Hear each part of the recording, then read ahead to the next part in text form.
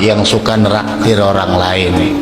Nah, maka dari karenanya beruntung yang hobinya suka neraktir orang lain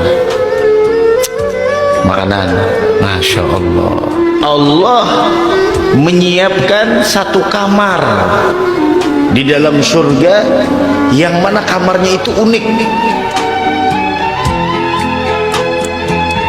Bagian tampak luar dari rumah itu bisa dilihat dari dalam, dan isi yang ada di dalam kamar itu bisa terlihat dari luar. Allah wala quwwata illa billah. Itu bagi siapa? Bagi orang yang suka ngasih makan orang lain, neraktir orang lain. Masya Allah. Ya,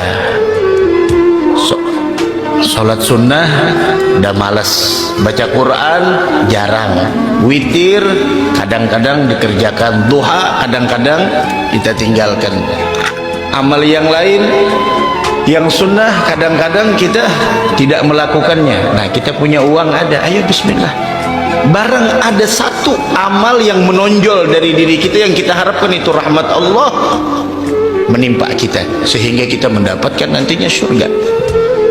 Nah, itu suka neraktir orang lain.